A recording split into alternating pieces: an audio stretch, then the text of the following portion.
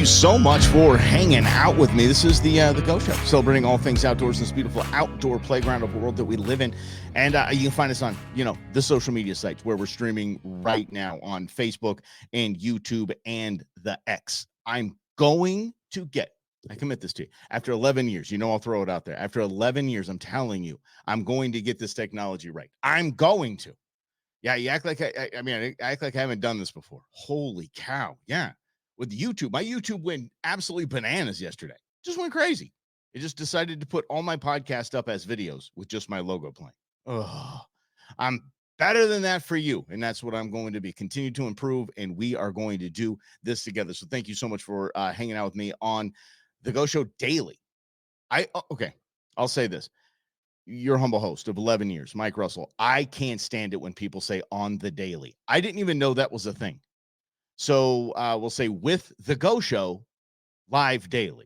We'll work on it, but it just doesn't sound like, as long as it doesn't sound like on the daily, I'm very happy with that. But this is it. It's outdoor programming 5 days a week. We're going to do a weekly recap on Saturday mornings. It's going to be amazing. It's going to be fun. Thank you so much for hanging out. If you're new, this is how we do it here on the Go Show. And again, we've been doing this for 11 years. So I really want you to understand how we do it. We have a stable of interns here. And that is intern Sarah, intern Beans, and intern Nuge.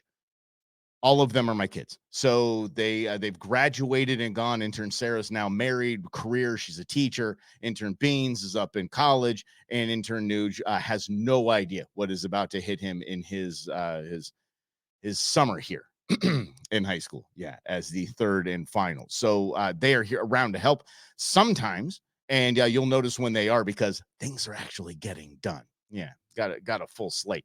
But in these 11 years, here's what I haven't done. And I'm going to be very straight with you. This is what I haven't done. I'm very proud of this.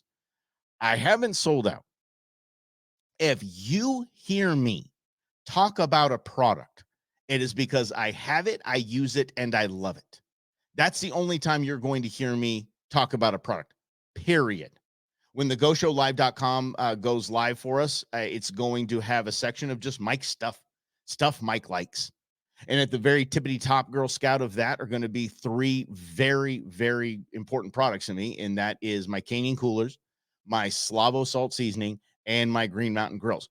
The reason why I've been talking about these products for years is because I've used them for years and they have not let me down. I have seen product quality. I have seen better cooking. I have seen better ice retention. I have seen better customer service than I have seen in anywhere in the outdoor world in those three companies, and they will always be at the tippity top. And always, if you use Go Show as a code, you're going to get 10% off your order there. So I'll take care of the tax for you. I'll definitely take care of the tax. Another thing you're not going to hear in this program, especially the daily portion, is you're not going to hear me say, if you don't this, then you're this. One of the toughest parts about outdoor programming around is I'm telling you, if you're not throwing a Rapala, hippy dippy dappity fumbly bump after your largemouth bass, then you're just missing out, boy. You don't know. You don't want to catch fish. You don't want to catch fish. No, you're going to hear, if I talk about a product, you're going to hear what I use. I don't throw expensive things because I don't think we need it. Yeah. When I talk about throw for the newbies, that's casting. I subscribe to the belief that my grandfather and your grandfather outfished all of us on something that might be one generation above a cane pole. Okay. And they were catching fish. They were on the fish and they knew what they were doing. So it's something that you're not going to hear from me and saying, you need to invest in this $500 rod and reel combo, any of that. And if you want to throw those, that's great. That's wonderful. The North American Model of Wildlife Conservation supports that and absolutely loves that. The more you buy an expensive equipment, the more we have in conservation. So you're not going to hear me throw out things to you that you just can't afford or that isn't reasonable, whether it's products, whether it's guide services, whether it is educational material or gear. I'm telling you, I'm going to give you the good stuff. I'm going to give you the stuff that I use, and I put my name behind it, and I put the show's reputation behind it. So hopefully you would have some confidence in me in the 11 years that we've been doing this. So again, I definitely appreciate that. And speaking of conservation, Still going on, the commissioner tags, the auction tags, and the battle between the commission and the WCOs, the wildlife conservation organizations, the 501c3s, the critter groups, so to speak. It's still going on. So it's still raging. We're going to keep you up to date. No major moves, I don't think, have been made. I have a board meeting tonight with Arizona Sportsmen for Wildlife Conservation, and that's a group of groups. So we're going to get I think we're going to get a good earful of what's going on with that. We also have a board meeting with Wildlife for Tomorrow, and get over to wildlifefortomorrow.org. I am the vice president. Again, I wouldn't send you anywhere that you shouldn't go. So get over to wildlifefortomorrow.org and see where you can help out and see the cool stuff that we got going on. We are the 501c3 fundraising arm for your Arizona Game and Fish Department. So even if you're mad at the Game and Fish Department right there, you're mad at the commission because of what is perceived as the future results will be with auction tags or without auction tags, then tell them whatever. Come over to Wildlife for Tomorrow. Play with the cool kids. Just like that. Let's get to this. Speaking of Arizona Game and Fish, this is a pretty big deal. I saw it. Now, I want to have this conversation with you because I think it's important. And here on the Go Show, you're going to hear me say this quite a bit. I will refer to it as the P word, probably the ugliest word we have in outdoor life and outdoor conservation. The ugliest word you could possibly imagine, and that is poaching. Period. Poaching is an absolute, it's a problem, and poaching is something that we need to take seriously. Now, before I get into this poaching case, let me explain to you the line that is poaching. Technically, poaching is taking of any game or hunting or fishing any game that is outside of its season limit or size. Okay? That's what poaching is. It sounds like a Webster dictionary definition, but it's not. It's my definition. And on top of that, it would be the illegal take. Poaching is here in Arizona, use of trail cams in certain areas, digital trail cams for the take of wildlife is poaching, and baiting is poaching. And if you don't know what baiting is, that's if you set up a stand somewhere and you just put a big old pile of apples out there and wait for a deer or a javelina or something to come along and take it. So hunting after hours is poaching, that kind of stuff. Okay. What is not poaching in my eyes? Well, legal definition, it would be poaching, but in my eyes, because of my relationship with the Game and Fish Department, I feel very comfortable in telling you this. If in dove season, the second half of dove season, you take a white-winged dove, which is not, you can't take a white-winged dove, but you made a mistake in your bird ID, you knew it was a dove, and you took it, and you simply just call into Game and Fish and say, hey guys, listen, I got a bag of 10 here. I got Euros and I got mornings, and I hit a white wing and I'm, whatever. Okay. Technically that's poaching.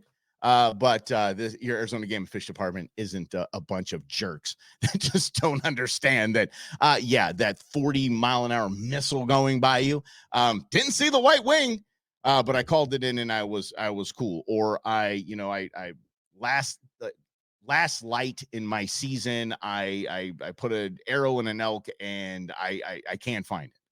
Again, not poaching. Call, communicate.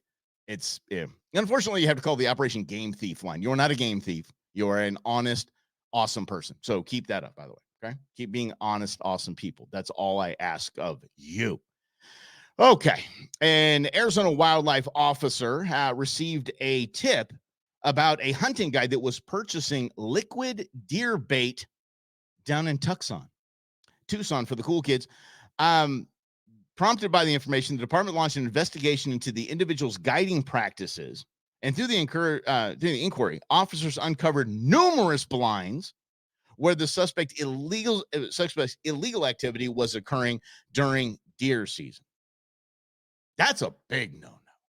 That's a big, big no-no. And we've seen this a couple of times in our outdoor world when it comes to like TV programming and influencers. These guys they will do anything to make sure that they have content, and some have been busted. I gotta tell you, those have been busted aren't the only ones doing it.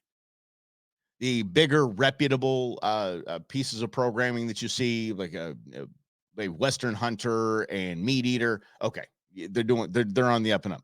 but some that are just online trying to be influencers and showing you everywhere they go, they're taking game every single shot. Oh, it's the last night of the hunt. That's always funny to me. The last night of the hunt. Oh, I got this. The last light, it was the last night of the hunt, and here comes that bruiser, that monster buck. Well, if you take it, technically it is the last night of the hunt. So can we just call it what it is? Yeah. So you just listen to words, and you'll get to the bottom of it. But there are a lot of people that just lose their mind and don't have the content, want to seem like they're better hunters, want to seem like they have more opportunity, want to see like they're more want to appear that they are more successful, and they do stupid things. Like hunt across unit lines, hunt across state lines, and just do stupid things. So they're getting busted. These influencers are getting busted. But this guy, think about it. So this person had a guide service down in Tucson, and the guide service was I don't know if it was doing well, it wasn't doing well, or wasn't doing well. But I'll tell you what, if you were one of those people that hired that guide during deer season, most likely you saw success. Why? Because he was using liquid deer attractant. Silly man. Yeah, but the liquid you can't find. So he was trying to be sneaky. It's not like he just put some Acorn Rage. Have you ever opened a bag of Acorn Rage? That's deer attractant, because in some states it's legal. And I have had a bag of Acorn Rage. It smells like cookies. Like, how in the world would anyone not come from far and away to have a little snack on that? You put it on the ground, I'll tell you that. But this was liquid deer attractant. You can't see that. Just throw that down there. I don't know why it smells like doe urine out here. I have no idea. Yeah. Had asparagus for lunch. I have no idea. Went to the bathroom. Something. So, but anyway, sneaky. Obviously, this was planned out. Obviously, this was intentional. And obviously, he wanted to see success. Now, maybe this was and I'm not going to have him on the program by any stretch of the imagination, because he's a punk poacher. Stupid, mangy poacher, as they say in Lion King. And maybe his business was just starting, and he wanted to have this reputation. He wanted to have all these monster bucks down in Tucson, and he wanted to have, look at I have 100% success or 90% success rate. Either way, he did something. He got caught. And this is his verdict. He was found guilty.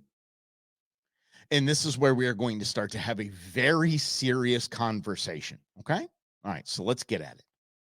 So the verdict came down. There was imposed a fine of $1,800. Now you know right where I'm going with this, don't you? And a 12-month probation. Clutch the pearls. Oh, an 8-month probation for somebody as wicked as this person that wants to use deer attractant when you're not allowed to in the state. In addition, the Arizona Game and Fish Department held a hearing reviewing the individual's actions and voted to revoke the person's hunting, fishing, trapping privileges for, you ready for this? 5 years. Clutch the pearls again. 5 whole years. Wow. The individual was also ordered to pay a $9,318.12. Have no idea how they came up with this. It's government, as a civil penalty for the unlawful take of 3 deer, and further ordered the individual to complete a hunter education course before applying for another license to take wildlife in the state. Are we serious? Are we serious? This I have an issue with. And I'm very lucky that I have very good friends in the Game and Fish Department that I am going to talk to about this. I've talked to a little bit about it, but it really gets me fired up. It really triggers me. You think about this. You put a guy on probation. Okay, cool. Probation's fine. The Game and Fish gets involved, and they suspend the guy's fishing license for 5 years. A question I have for you. If someone is this nefarious, where they are illegally taking wildlife and know it. Oh, well, what if he didn't know, Mike? What if he's from the Midwest? And that's ignorance of the law is no defense. Sorry. You go to different states, especially you're going to run a business, you better check the regs. Okay? You think a person like this is going to really care if he has a license in his pocket or not? Oh, no, he's not. He's not going to care because he's a poacher. He's a stupid, mangy poacher. Period. It's the ugliest thing we have in the conservation world is poachers. The ugliest thing. And I mean, we can get into some serious, serious problems that are occurring right here in this state and getting worse by the day. And we'll talk about those in a moment. But think about this. So the guy paid $9,000. Okay. I'm sure, because I know what guide services cost. Let's say, I mean, I'm looking at a guide for my my 7 West hunt in November. I'm looking for a guide.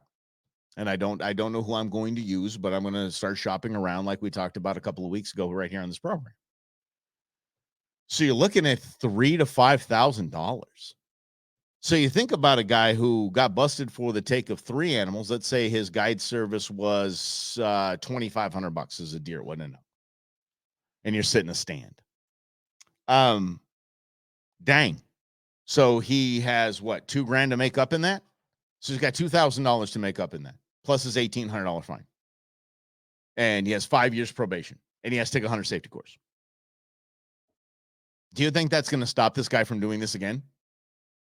1,000,000% no. No. There is no solid deterrence as we have in our bag of tricks as conservationists to deter people from poaching. And in this state, you might have noticed fewer tags. Why do we have fewer tags? Why? Do you know why we have fewer tags? Someone's going to blame the feral horses. Talking to you, JK. Someone going to blame the feral horses that aren't really feral. We'll get into that. We'll have John on to talk about that. Some could blame poaching. I mean, think about this. There are a lot of newcomers to our state. Not getting political here, I am not. There are a lot of newcomers to our state that do not understand. They just see abundance of wildlife. They do not know regs or even care for regs. They I don't know. I didn't know you can do that. Again, ignorance is no defense. Ignorance of the law is no defense. So we have that, and we have the ability for people to poach in a gigantic way and get away with paying a few $1,000 and losing license privileges. We have to get serious about this. We have to get serious about basically all 3 of those. And there's a couple more factors that will jump in there as well. But we have to get serious. This is getting stupid. And unfortunately, and I really, really hate to keep harping on this, but budget-wise, Game and Fish can't just hire as much, game rangers as we can cops. I don't know if you know, these unit managers are around the world known as game rangers. These unit managers are quite literally one man or woman operation in their unit in a lot of cases. So if they have a case where, like, I witnessed this, and I'll back up and tell the story. It was one day I was out near Arlington, and I was dove hunting, and I was just me by my lonesome little solo mission, and I see this white truck come up into a field, and they have no less than 5 guys in the back of the pickup truck with guns, and they're driving at probably 4 or 5 miles an hour, and they're going pretty slow. They're shooting everything in the sky, pop, pop, pop, pop, pop, not stopping at all. I get on the horn to Operation Game Thief. I get on the horn to the cops. No one showed up. You know what I was told to do by Operation Game Thief? I was told to, here's what we do. You're going to take their license plate down if you can. Do not approach them. Get as much detail as you can. Don't get caught videoing these people. Just basically find a new spot. Leave. Take off. So your Arizona Game and Fish Department does not have the resources of a peace officer, which they actually are. The game rangers, the unit managers are actual. They can bust you for DUI. I mean, they have the authority. But as far as I'm watching a guy right now, he's spotlighting a deer. For those that don't know, spotlighting a deer will just freeze. You like the expression, deer in headlights. So at night, some people spotlight a deer, get it to stop, and shoot it. They're not coming with lights blazing. They just can't. They don't have the resources to do that. There might be, if by chance there's a unit manager in range, like I'm on my way, I'm in hot pursuit. Okay, cool. That works. But that's just the off chance. So we get down to, we don't have the funding to put 5 or 6 unit managers in every unit in Arizona. We just don't. On top of that, if you take some of the hiring requirements for unit managers, I mean, whew. And then you take in the actual starting pay for a unit manager, please. So we got to take that off the table. We have to take the potential of having multiple managers per unit. Everybody's all on board. And let me tell you something, when you call Operation Game Thief, you see poaching going on. Lights and sirens, baby. Book them, Dano. No. So we got to take that off the table. So really, legislatively is our punitive solution I see as our only one. And please, you can jump in the comments and tell me if you think of a better way. Keep it civil. I know I feel the same way, but we can't keep it civil. But a few $1,000s slap on the hand and a 5-year ban from having a license. Again, poachers don't care about license. That's why they're poachers.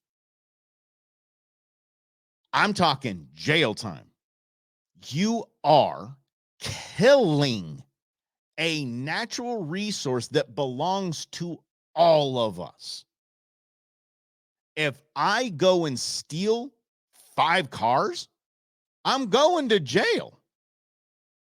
I'm going to jail. You don't take my driver's license, like I would care. I'm a thief.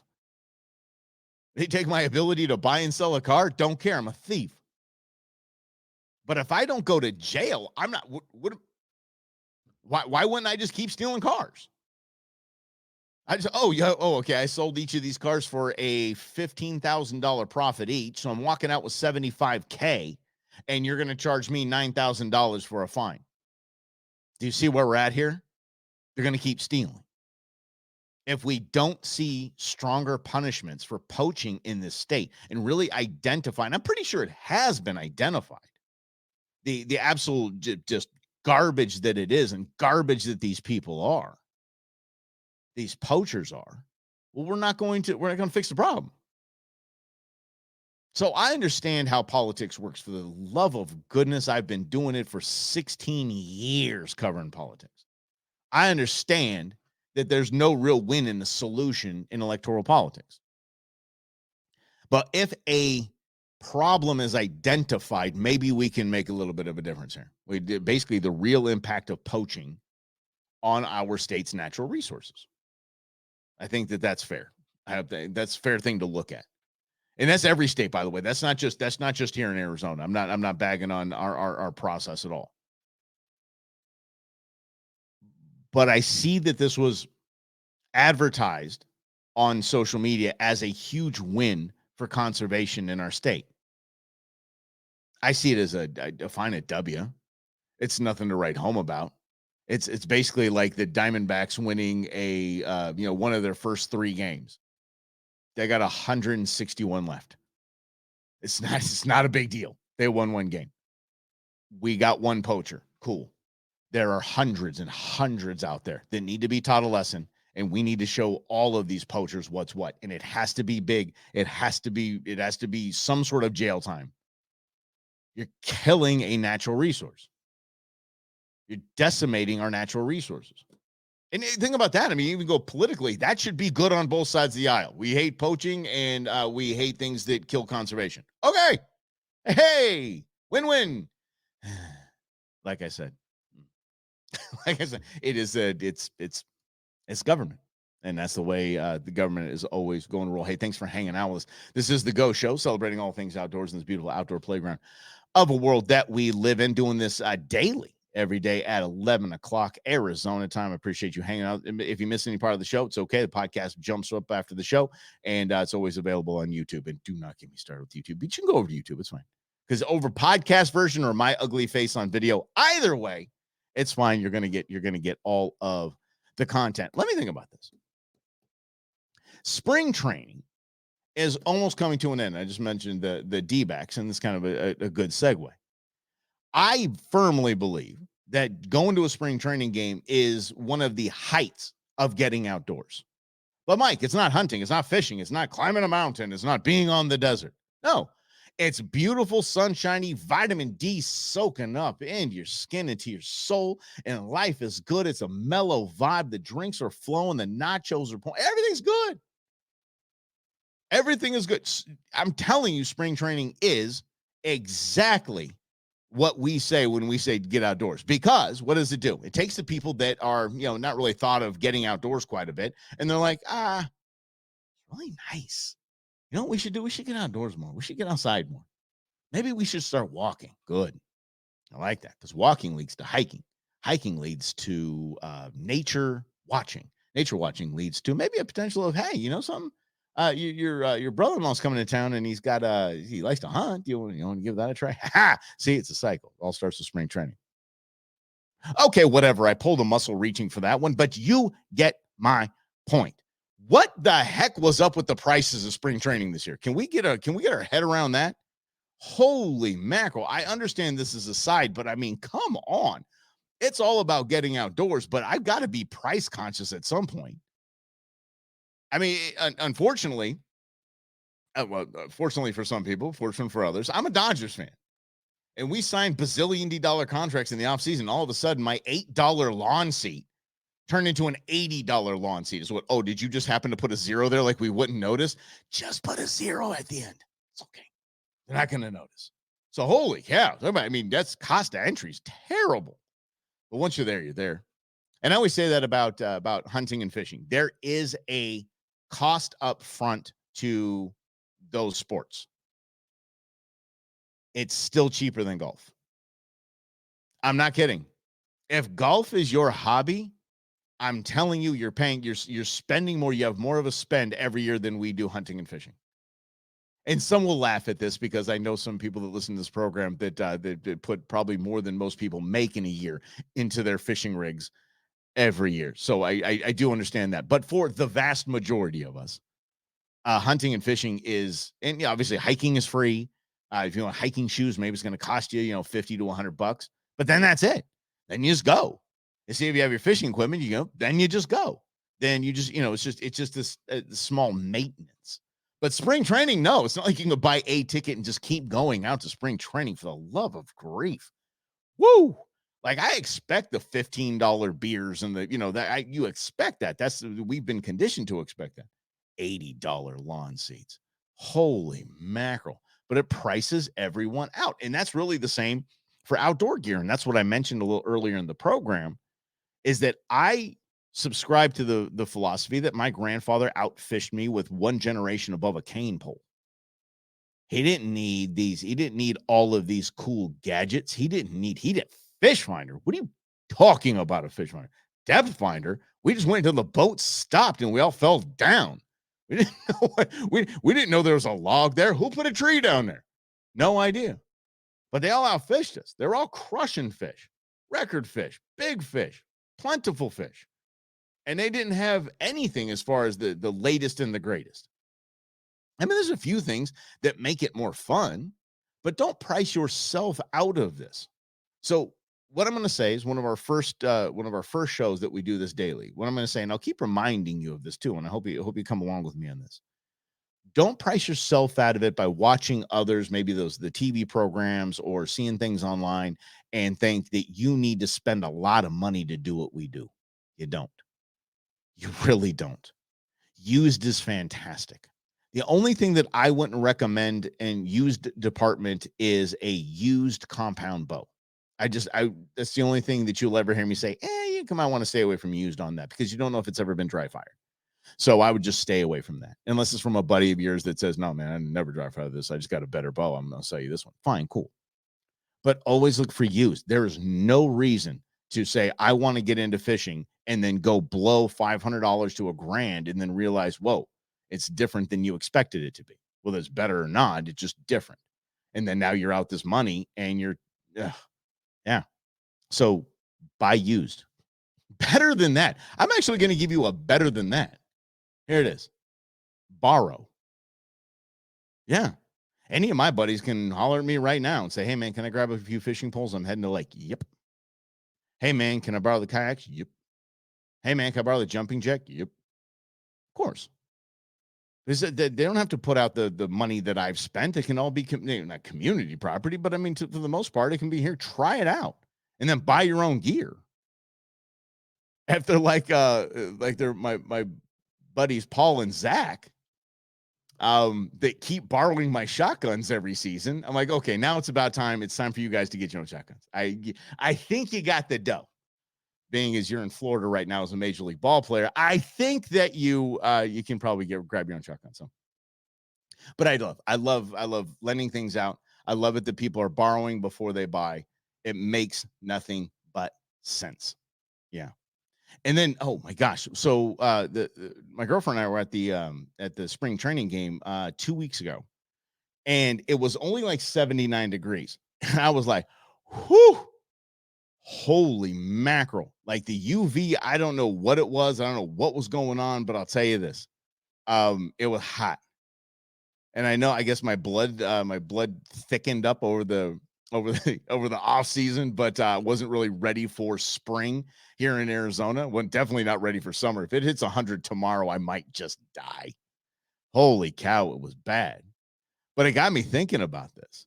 So many of you that are just seeing this for the first time might not have heard my take on sunscreen. I don't really use it. And here is why I don't really use sunscreen. I'm going to tell you the story. I was out fishing on kayaks out in La Jolla with my buddy Kevin Nakata, the Sea Samurai. Hi. He started laughing when I asked him if he wanted some sunscreen. I was just putting some on. I was like, "Here you go, dude." You know, this is years ago, years and years ago. I say, "Here he goes." He goes, "Nah, I don't use the stuff." I go, "Quite. A, you're Asian. B, you're on the ocean almost daily. You don't use sunscreen." He goes, "No, I just have these UV long sleeve shirts, and I wear the little ninja thing and the hat." And he's like, "Wear pants?" He goes, "I don't. No, sun doesn't really hit my skin." He goes, "What's worse for your skin, do you think?" He said, "Getting some UV rays that are natural, or putting." And he grabbed the bottle and he started reading the back of it. And he said, "What's worse, letting this absorb into your skin, or getting a sunburn?" And I'm like, "Oh." He might have a point. So I did some research. Believe it or not, I actually did some research. And yeah, there are benefits to staying away from that. Now, I don't really know the rules, but I do have a couple of very large tattoos that I want to make sure they keep on my leg. I want to make sure that they're good. So I probably will slap some sunscreen on that. But I mean, for the most part, I don't. I just stay covered. I stay in the shade. If I want to get out and get a little color, a little vitamin D, just kind of get into the sun a little bit. But I don't. 4 years ago, I went an entire Go Show season, an entire Go Show year without touching sunscreen. And that's fine. I think I got a little pink a couple of times, but that's about it. And I'm pasty. I'm German, Scotch, Irish. Ain't a tan in my body. So I, hit the sun and it's just burn, baby, burn. But I regulate that and I'm conscious of that. I don't just go slathering sunscreen on every single day. And I just think it's probably better for my skin. That's my choice. I'm not discouraging you from wearing sunscreen. Please do not get sunburn. It's not a fun experience. But I'd give that some thought, maybe. Maybe the natural solution is a little better than that. And by the way, you go to AFTCO, American Fishing Tackle Company, aftco.com, aftco.com. They've got some really cool, they call them SPF 50 shirts. They're really super light. They can get wet. You can dunk them in the water. You can dunk yourself in the water. They keep you cool and they keep you protected from the sun. And I know a lot of it. I'm sure you can get them on Amazon generic. I'm not throwing you out to AFTCO, although it's a cool, really cool fishing brand. I would encourage you to look into those kinds of shirts. Really super, super light pants. Now, here's where I have a problem. I don't know why, but I refuse to fish in pants. I don't fish in pants. Fish in shorts. I couldn't even imagine fishing and having pants. I know they make great light, super light fishing pants that even are convertible that you unzip them and you're like, yeah, they got shorts. those are when you unzip those pants that turn into shorts, those are the ultimate dad pants. Oh my gosh. You might as well be wearing the 1990s white New Balance from Costco. Same thing. The same thing. Yeah. By the way, when did New Balance become a thing? New Balance was the joke. New Balance was the joke. You wore those shoes. That was the ultimate dad shoe because it was at Costco. The ultimate dad shoe. Yeah, but that's really on really what we got going on sunscreen. Yeah. Hey, do you want to have a conversation about the NRA? I would like to have a conversation with you about the NRA. And as a matter of fact, I'm going to invite my buddy Travis, who is an employee of the NRA. And maybe we can talk to him tomorrow, or maybe you and I can have a discussion tomorrow about the NRA, and then we can have him on to maybe sew up some ends, right? Okay, let's do that because I think it's an interesting take. There's a lot of changes going on. Again, I'm not promoted by the NRA. I'm not getting paid. I just want to have a talk, a real grown-up talk about the state of our outdoor world in the shooting sports and firearms. I want to have a real grown-up discussion. If you'd like to have one, let's do it tomorrow, shall we? That's right. Well, again, we're going to do this every single day at 11 o'clock, Monday through Friday. Saturday is going to be a recap of the week show. And then Sunday is for rest. Thank you so much for being here with me. Keep chiming in on the comments. We'll stick around for a little bit after the show. But thank you for being here with me right here on the Go Show. Have a great afternoon, everybody, and get out if you can, especially the spring training. Only a few days left. Only a few days.